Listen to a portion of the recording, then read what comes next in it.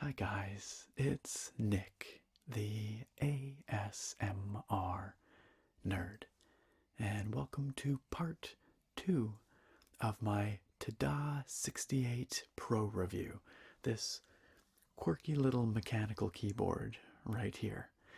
I have so much to say about this keyboard that I've split this review into two pieces. So last week I published part 1 where we unboxed the product and gave it a thorough inspection.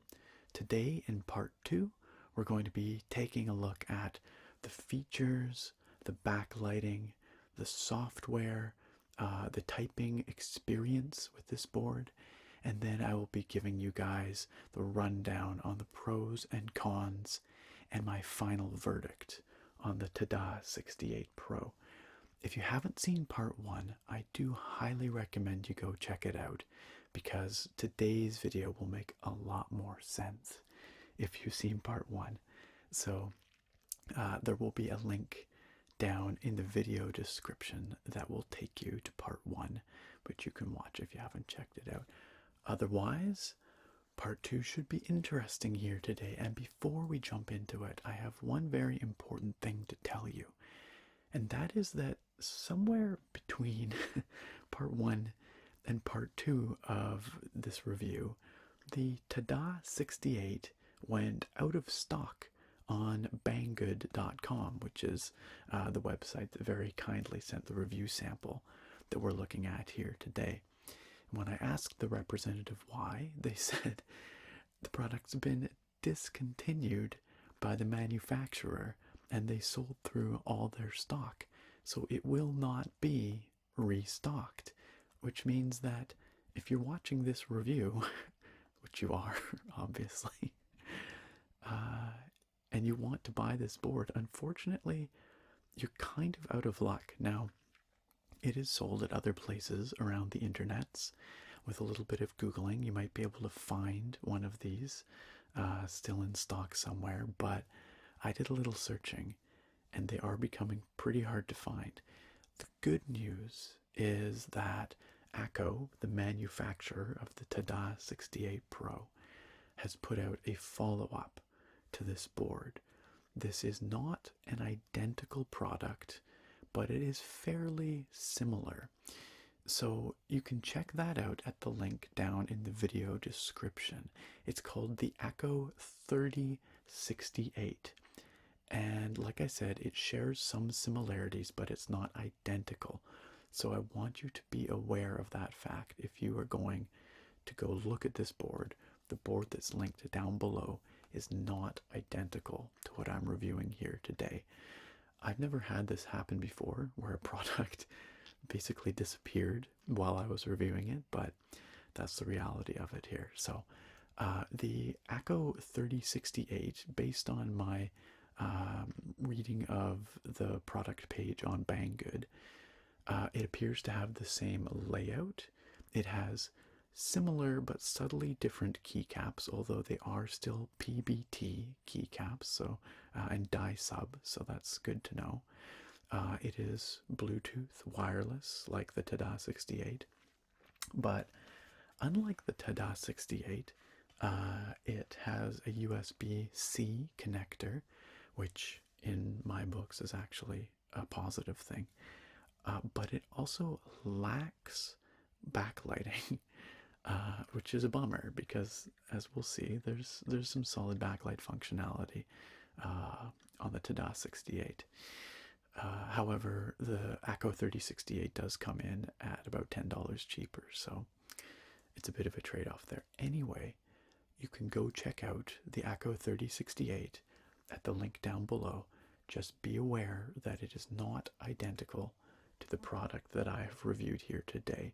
There are some subtle differences, so make sure you're aware of that before you hit the purchase button, if you decide to do that.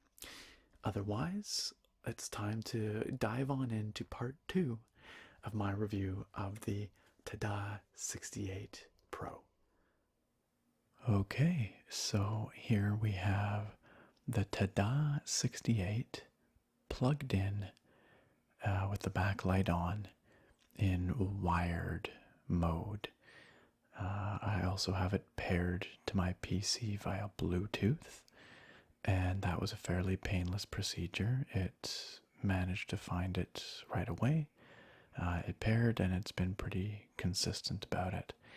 The only thing that I will say is that when you first switch to Bluetooth mode, and then you start typing or pressing buttons, it takes a few seconds, maybe up to 5 seconds, before it starts registering input, for the first time after a switch. But that aside, it has worked pretty flawlessly, and I haven't noticed any significant lag in the Bluetooth input, nor have I noticed any stuck key presses or anything like that. So, and of course, in wired mode, it works just as well as you might expect. I suspect this keyboard uses 1000 hertz polling rate. That's pretty typical. So obviously, response times are very quick. Input lag is low, all that stuff. Although it's still subject to the vagaries of USB peripherals. But what I do want to show you here, though, is something very important. As I said, currently in wired mode. To switch it to Bluetooth mode, I hold down the function key, which is this one right here. I go function, and then I hold down the tab key for a couple seconds. It flashes a few times. It is now in Bluetooth mode. But you've probably noticed that all the lights turned off. That is because backlighting is not supported in Bluetooth mode. You cannot have the backlighting on when you're using it in Bluetooth mode. If I go function V, which turns the backlight on and off when in wired mode, you see nothing is happening. Nothing whatsoever. If we switch back to wired mode, which you can do on the fly, you can switch between wired and Bluetooth mode. While it's plugged in, you can see, well, you probably can't see right now, but it's plugged in. There's a USB cable back there. I can go function, hold down tab again. It comes on solid, and I guess oh no, let's try it again. There we go. I don't know what happened that time. But it does a little startup animation, and there we are in wired mode again. And all the lights come on. So that is a significant limitation of this board. The backlight does not work when you are in Bluetooth mode, even if you have the board plugged in and charging. So that kind of sucks. That is really too bad, especially considering that other competitors at this price point, like the AN Pro 2, let you use their fully configurable RGB backlight in wired and wireless mode. So that's an important thing to note, and an unfortunate shortcoming of this board. That aside, let's talk, well, very briefly. As I said, the Bluetooth works fine. It is Bluetooth 3.0, not 4.0. I'm actually not sure what the difference between those specifications is. Obviously, it would be nicer to see a newer standard rather than an older standard, but functionally, it's been fine in my testing. It can have up to 3 devices memorized at once for Bluetooth pairing, and you can switch between them by holding down function and then pressing E, R, or T, and it binds to each of those, or each device is bound to one of those presets. And that's all worked fine. If you have the backlight turned off and you have it plugged in and it's charging, there's an indicator light that appears over here under the tilde key to show you that it's charging. All that stuff seems to work fine. Let's talk about the backlight, though, which again, only usable in wired mode. Now, one of my chief concerns was that these are not shine-through caps. These are opaque keycaps. And you can see that the keyboard does put out enough light on its highest brightness setting, which is what we're currently on, to sort of see what's going on. I also do have sort of a bright browser window up on my monitor right now, so that is casting some light down onto the key caps here. But even with that off, there is enough glow in general to the board when the lights are on full to kind of make out the legends. So that's good, actually, because I wasn't sure if that would be the case. I don't think any light is being transmitted through the keycaps. I think they're too thick for that. I think it's just bounced light that is kind of just diffusing across the caps and making them somewhat visible. There are 3 brightness settings. So if we hold down function and press C, it gets dimmer, and then dimmer still until it's off. And you can see when you bottom out, the caps lock key flashes to let you know, like so. So this is the amount of ambient light without the backlight on right now. If I hold down function and press B, we get our first brightness step, second brightness step, third brightness step, and then again the caps lock flashes to let us know that we're at the maximum. Function V turns the backlight on or off. The light on behind the tab key is to indicate that it's in wired mode right now. That light would be off if it was in Bluetooth mode. Function V turns the backlight on once again. The backlight is fairly even across the board, and it looks pretty good, I would say, especially considering these are not the SMD LEDs.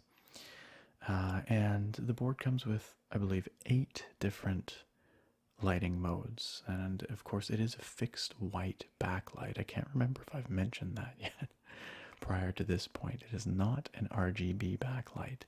So that is another significant shortcoming of this board in comparison to some of the competition. So we can change the pattern, but we can't change the colors.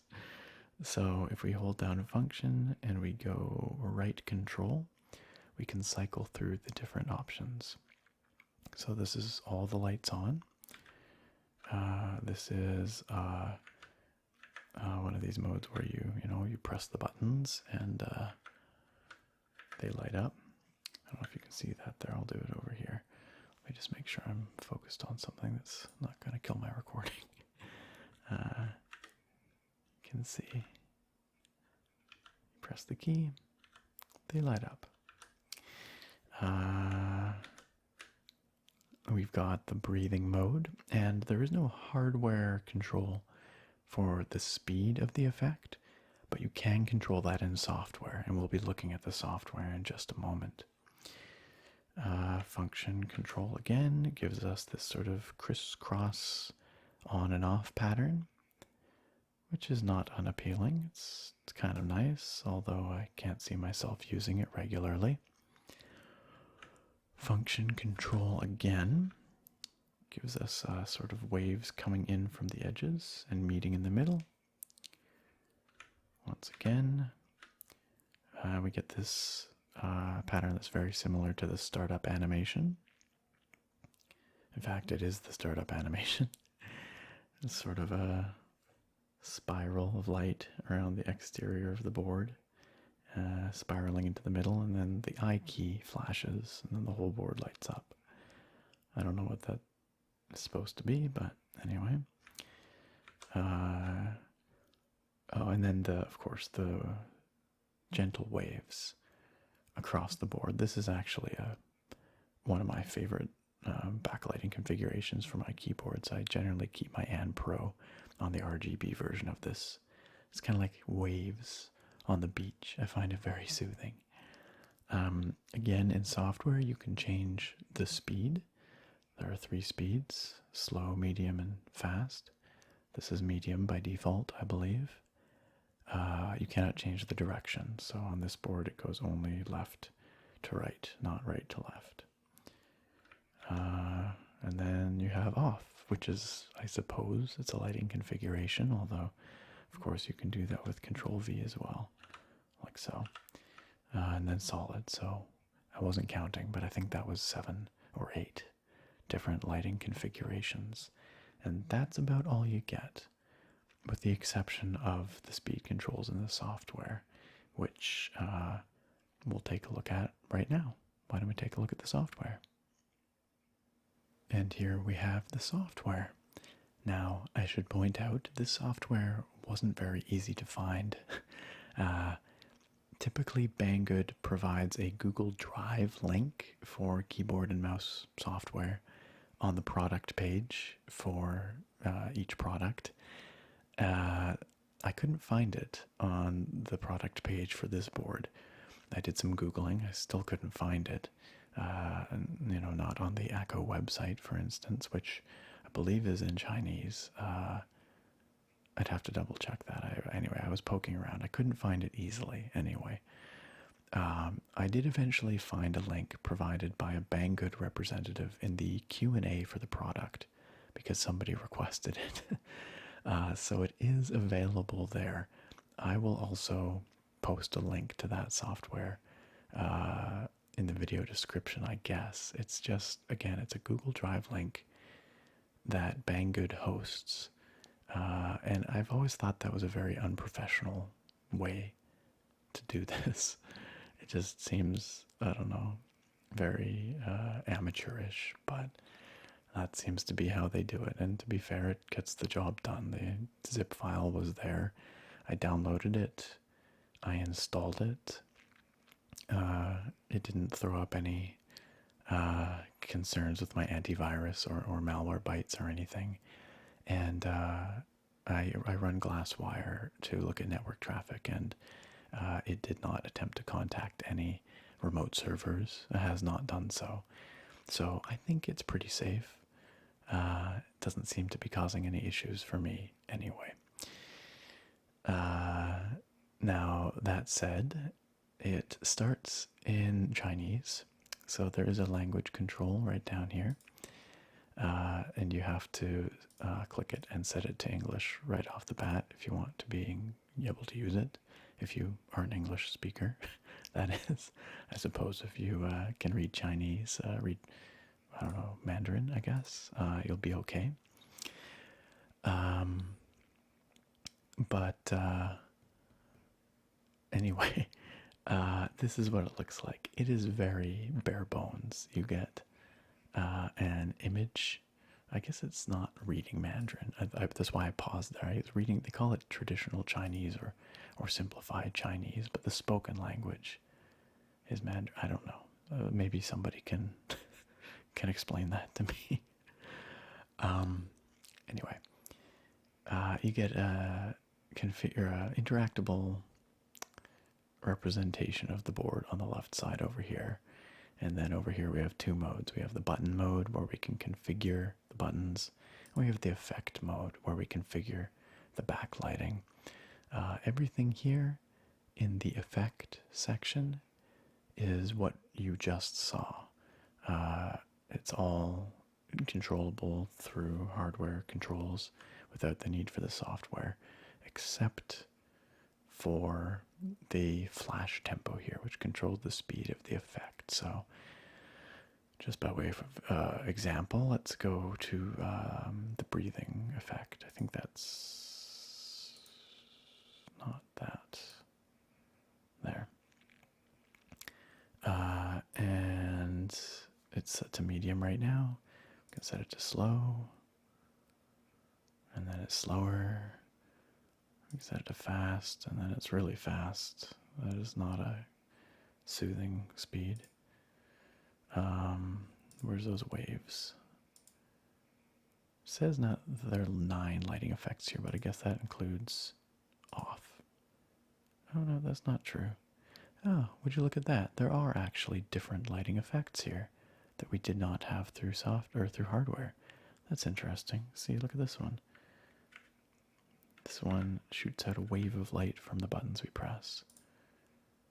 There's the wave, the gradual wave across the board. Speed it up, slow it down. Medium is the default, I believe. But that effect 9, that seems to be unique to the software here. Interesting. And actually, I thought I noticed effect 4. Yeah, that is. I don't know what the point of this one is. It appears to just light up the W, A, S, and D keys. I wonder if we can configure different keys to light up in this mode. Let's experiment. Let's try.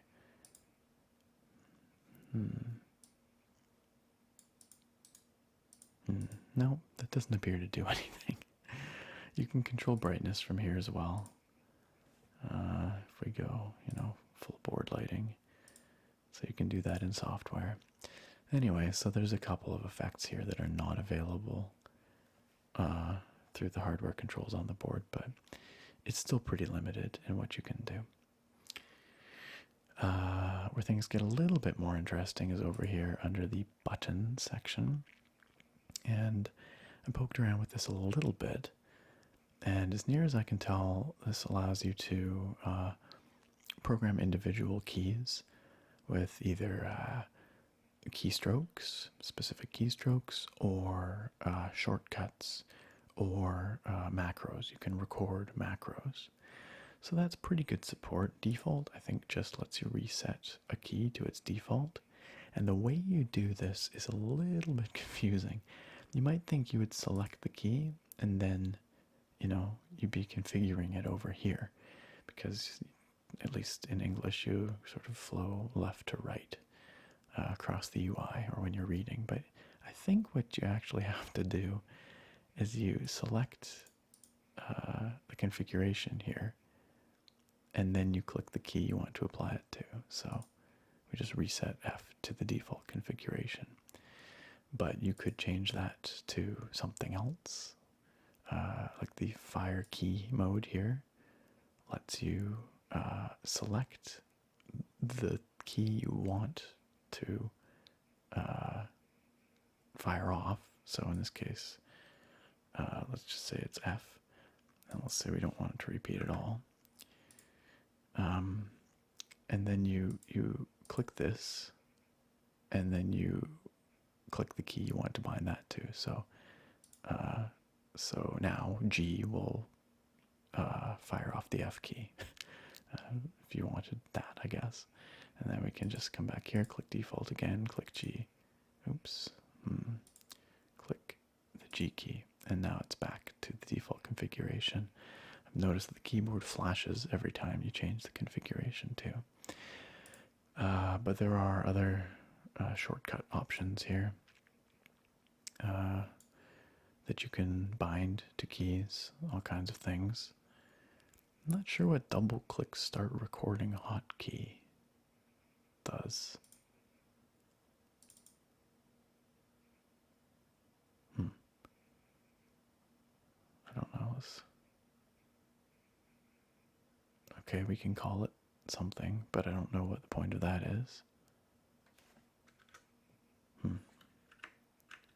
Can't hit escape. Okay, well, I guess we can rebind something to use to do A, maybe. Let's rebind G. Oh, now G is A. But isn't that what we were doing under fire key? I guess under fire key, that allows for multiple presses, whereas this is a simple rebind. That's confusing. Let's set our key back to default. Anyway, there's also media options here. There are some of these built in by default. In fact, most of them are. Function M is volume up, function comma is volume down, function period is mute. And I think those are the only media functions bound by default. I could be wrong about that. They're represented by the secondary legends on the keycaps by default, which are actually side printed in kind of a blue color. They look pretty nice, actually, and they appear to be dye sub as well.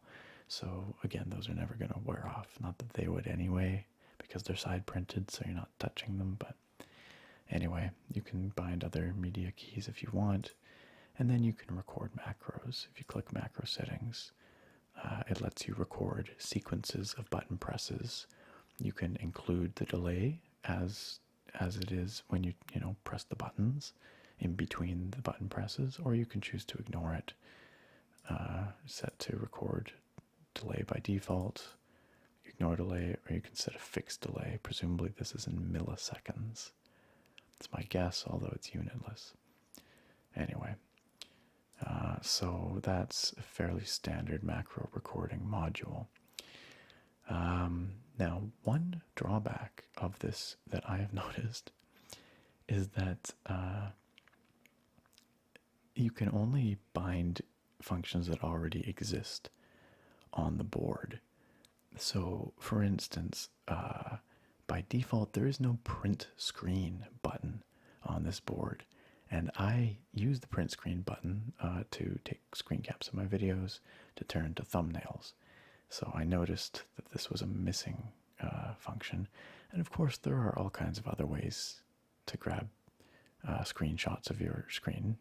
If you want, you can use the Windows snipping tool, or you could probably bind a different key to it in Windows, I'm not sure. Or in Steam, if you're in a game, I think F12 takes a screenshot. So there's lots of other options, but I'd like to just use the print screen key because it's very easy. It copies the screenshot to your clipboard, and you can just paste it into your image editing software or whatever. Point being, there is no print screen button on this keyboard, and it is not available here under keyboard events. Therefore, I am unable to create a shortcut, like on the secondary function layer, for instance, to print screen. So if the function you want is not on this board already, then it looks like you can't bind it to the secondary function layer, which, by the way, is hiding over here under the mysteriously named profile 2. So this is the default secondary function layer. Oh, it appears to also change the lighting. That's interesting. So maybe this is a full secondary profile, because we have a different lighting effect here. But by default, it shows you the secondary function layer here. Yeah, there you can see these are the media keys I was talking about. There's the different keys you can bind your Bluetooth presets to. Also, holding down function and WASD will give you the arrow keys, although of course one of the great strengths of this keyboard is the dedicated arrow keys in the bottom right. Anyway, that's a little confusing the way it shows that, but I guess we can save up to 2 profiles here and switch between them in the software. Interesting. Or we can have 2 profiles loaded up at a time, because actually what you can do here is you can save a profile you've configured and you can load it up under profile 1, or I suppose profile 2 at any time. You can also do the old reset all here, and that will return all of your values to default. It appears to default to the breathing pattern here. And that is pretty much it. It is relatively functional, this piece of software. The interface is somewhat unintuitive because of this sort of having to select your thing over here and then click on the key you want to apply it to, but it's not unusable. And it does all seem to function as one would expect, although this profile thing with profile 2 being the secondary function layer by default is a little weird. All in all, not the jankiest piece of keyboard configuration software I've used, but certainly not the best. But that's what you get anyway. Like I said, if you purchase this board and you are looking for the software, I will post the link down in the video description.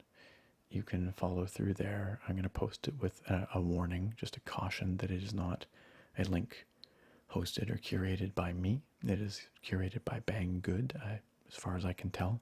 At least it was posted by a Banggood representative in the Q&A section for this board on their product page. So use it at your own risk, I suppose, but I will put that link down there. But now that we've looked at the lighting extensively and we've looked at the software fairly extensively, it's time for the typing test. This board, of course, uses genuine Cherry MX Brown switches, so they're a fairly known quantity. That's a very common switch, and they will sound much like any other Cherry MX Browns, but there are other factors that contribute to the sound of a keyboard, including the material that the back plate is made out of, the thickness of the back plate, the thickness of the case, the material that the case is made of, all these kinds of things. Obviously, whether you have any kind of O-rings installed and you're bottoming out or not, all that stuff. But anyway, time for the typing test so you can see and hear this keyboard in action. Let's check it out.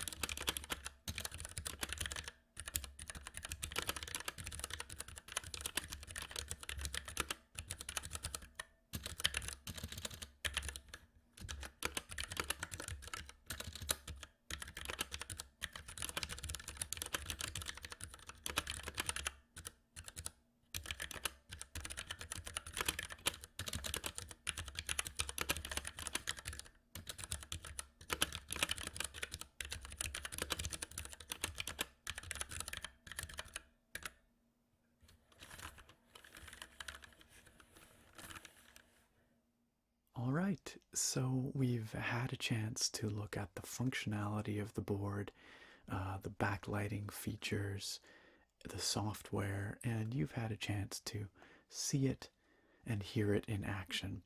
So before we run down the pros and cons here, I would just like to describe some of my experiences using the TADA68 Pro over the last few weeks. So overall, it's been a positive experience. This board is as solid as it looks, and it's very pleasant to type on. I've had no quality issues with the connectivity or the functions of the board or with any of the switches, and I wouldn't expect any issues because these are genuine Cherry MX switches, which are held to very high quality standards.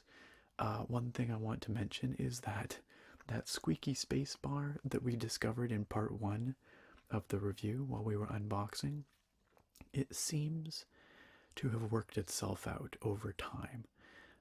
It is occasionally still audible, and it is rattlier than I would like, but the squeakiness is mostly gone. And again, you could address that with some lubrication if you really wanted to, but it seems to have become more or less a non-issue.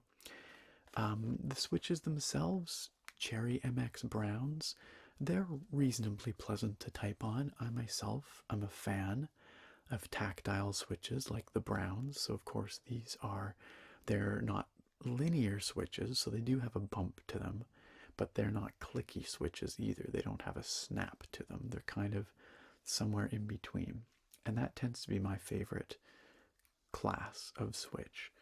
That said, I find Cherry MX Browns to be a little bit scratchy. Their action just feels a little bit grainier and less smooth than some of the other switches that I've used.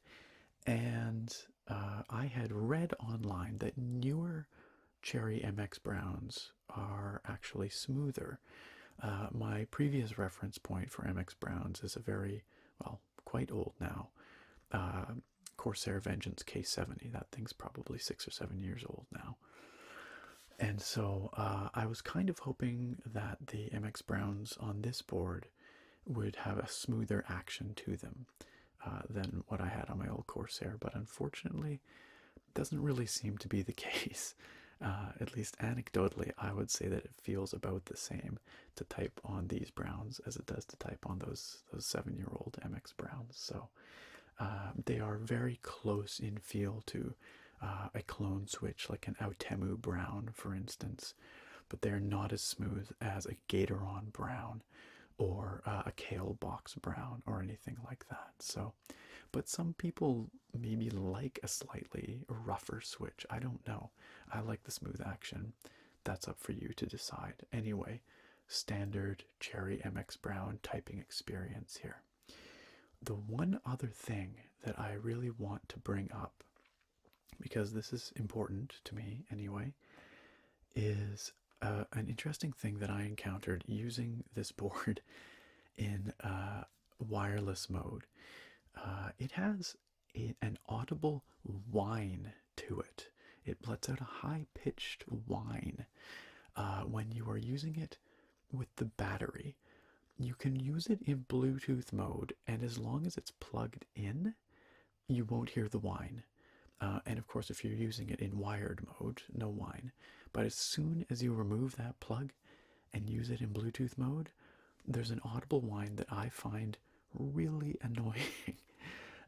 Your mileage may vary, of course, and it's not super loud. I'm going to let you hear it here, actually. I think if I press a key here, there it is. Listen. Do you hear that?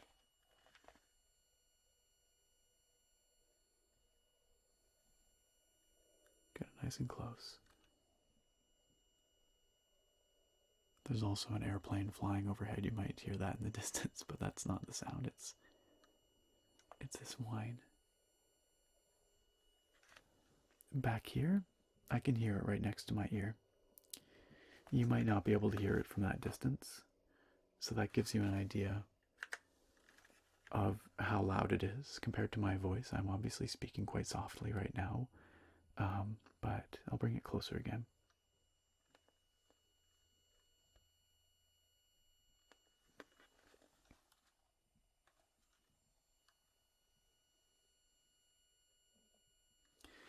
And I know it's not a terribly pleasant sound, but I just wanted to make sure that you heard what that sounds like, so you can judge for yourself if that's too annoying for you to live with. And it does shut off after a few moments of inactivity when in battery mode, so it's not constant unless you're using it. And of course, if you're using it and typing away on it, maybe you won't notice because you're making noise with your keyboard or because you have your headphones on or whatever. So might be less of an issue for you, or you're playing music on your speakers, whatever. But I thought that was important to point out because I have found it to be pretty annoying myself. But I am also pretty sensitive to noises like that. So with that aside, the usage and typing experience with the TADA68 Pro has been certainly very, very usable. I would even say pleasant, and I have really appreciated having those dedicated arrow keys. That has been something that I really enjoy about this board. In fact, overall, the extra keys over here add a lot of functionality for someone like me who does a lot of productivity work. Having some of the nav cluster keys in hardware over here is really, really nice. So I'm a big fan of the layout of the TADA68 Pro. And overall, it's been very pleasant to use. All right, so now is the time that we summarize the pros and the cons of this board before I give you my final verdict. Okay, so starting with the pros, as we do here, because I like to be positive first. First thing I like about this board is that awesome retro aesthetic. I think this board looks really cool and is a fun throwback to a period of time that I remember in my early childhood and that I personally have a lot of nostalgia for. Maybe you don't, but nonetheless, I think the aesthetics of this board are very sharp. The second thing that I really like about this board is its build quality. This feels like a quality board. All the materials are thick, from the keycaps to the case itself to the back plate, and this board is hefty. It has a nice weightiness to it. There's no feeling of chintziness or low quality components to it, so that's really nice to see. Third thing I'm really into about this board is those high quality keycaps. They are excellent. They are probably the best stock caps that I have seen on a pre-built board to date. They are made of very thick PBT material. They have dye sub legends, which will never fade and never wear, and the dye sub job is really good. They are crisp, clear legends, and the secondary legends as well are also dye subbed. They're side printed in a sort of a blue color, and they show up really nicely. So overall, a really lovely set of keycaps on this board. The third positive thing about the TADA68 Pro is the use of genuine cherry switches. Now, for some people, this might actually be a con because maybe you don't like the feel of the cherry switches compared to others. And to be fair, clone switches have come a long way, and many companies are now producing maybe more interesting alternatives than Cherry's classic designs. I like a whole variety of switches, and as a matter of fact, as I explained, I lean towards switches other than Cherry's these days, but you still can't fault Cherry switches for their build quality or quality control, or really the typing experience either. They are industry standard, I suppose you might say, and known for their quality. So it's always nice to see the option, at least, for genuine Cherry switches as featured on this board. fourth thing that I really, really like about this board is the layout. Really, for me, that's one of the prime selling points of this board. And it's really not that far off from a standard 60% layout, right? You just get 7 extra keys, including dedicated arrow keys in the bottom right, a few nav cluster keys along the right side, and 1 extra key down in the bottom right corner next to the arrow keys. But the additional functionality enabled by those keys is really great. And for someone, as I mentioned, who does a lot of productivity work, video editing, word processing, all that kind of stuff, having those keys has been a major boon. And it's one of the big draws for this keyboard, or of this keyboard, for me personally. So really excellent layout on the TADA68 Pro. And finally, it's worth pointing out that this board is fully programmable. The software notwithstanding, we'll get to that in the cons section in a minute, but in theory, it is programmable with the included software, and you can rebind any key as well as recording macros and things like that. I did run into a couple issues where functions that don't already exist on the board could not be mapped, such as a print screen function. Me personally, that's a bit of a negative point, but for most people, I don't think that's going to be an issue. That's sort of a fairly specific usage case for me. So overall, though, the flexibility of the programmability of this board is good to see. And now on to the less favorable part of the review, the cons, the things I didn't like as much about the board. The first is that despite that amazing layout, it limits keycap compatibility. So limited keycap compatibility is definitely a con of this board. As I said, any of the sort of cheaper full-size keyboard sets that you buy off like AliExpress or whatever probably aren't going to come with the specialized modifier keys like the shortened right shift key or the shortened right control key, those kinds of things that you're going to need for this layout. It's a bit of a trade-off. Now, maybe that's not a problem for you because the caps that do come with this board are really, really good. However, my second con here, which is that these caps are opaque, might be an issue for you because this is a backlit board and maybe you would like to put some shine through caps on it, in which case you're going to have a hard time finding a set that's going to fit fully because of that layout issue. And it's a weird pairing to me, these keycaps with this particular board, because they are, again, they are wonderful caps, faultless caps on their own. I really, really like them, but it's weird to me to pair them, these opaque keycaps, with a backlit board. It's not unusable, and as you saw in our lighting test there's enough light that comes off the board that the ambient light kind of gives it a bit of a glow that you can, make out the legends on the caps with, because they're, dark black legends on this kind of light beigey caps, off-white caps, right? But there is no light transmission through the caps. They are completely opaque. They are not shine through, and that just seems like a weird choice to me with this particular board. Now, despite having a backlight, it is a fixed white backlight, as we saw, so that's one of the big cons of this board. No RGB. At this price point, many competitors do offer RGB backlighting. The case in point, which I keep bringing up throughout this presentation, is the TADA68 Pro 2, which offers some best-in-class backlighting customizability across 16.8 million different colors at exactly the same price point as the TADA68. So in that sense, the TADA68 definitely trails the competition. And to make matters worse, that backlight is not available in Bluetooth mode, which seems like a very strange choice to me.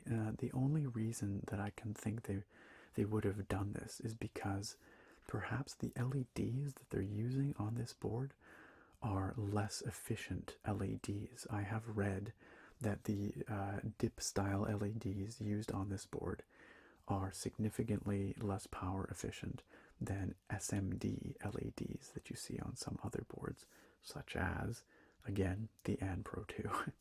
And I keep going to the AN Pro 2 because the price point is identical to the TADA68 Pro, and it's the last board I reviewed, so I have some very recent significant experience with it. So I think and they're both, compact, 60-65% keyboards, so I think the comparison is apt.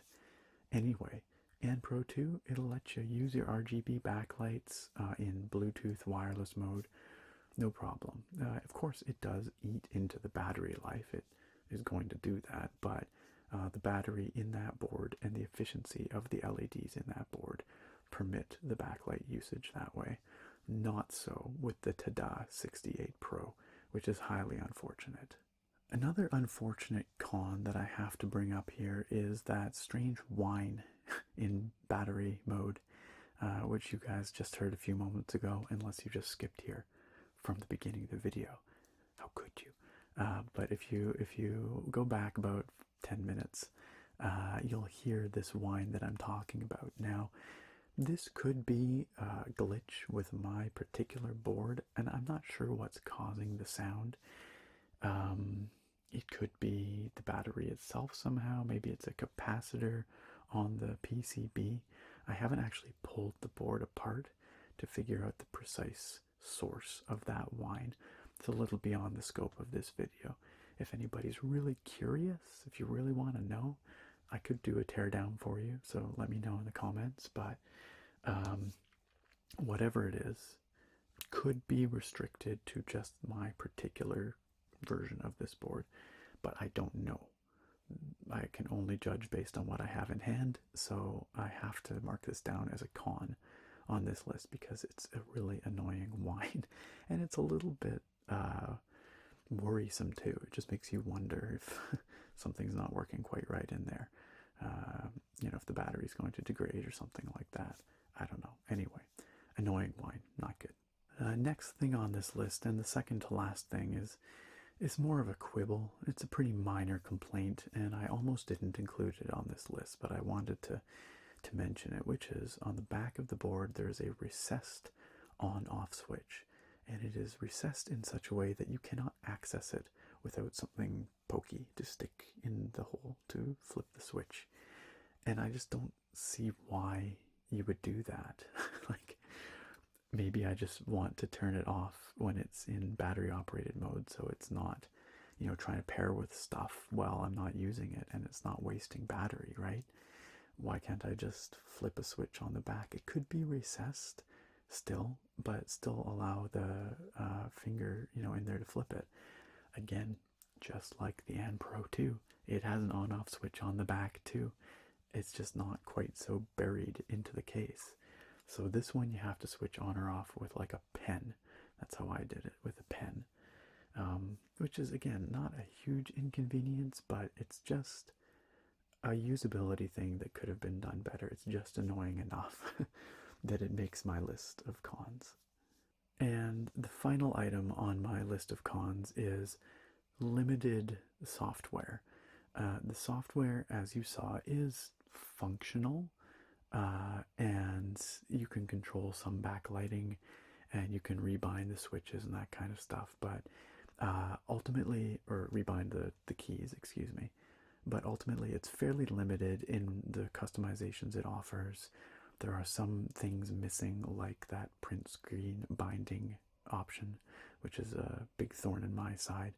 And overall, the software is just a bit janky and hard to use, which is totally par for the course for many of these pre-built Chinese boards. But again, at this price point, there are other boards, and Pro 2, that offer a much more compelling, more user-friendly, and more feature-rich software experience. So the software for the TADA68 does end up on my list of cons.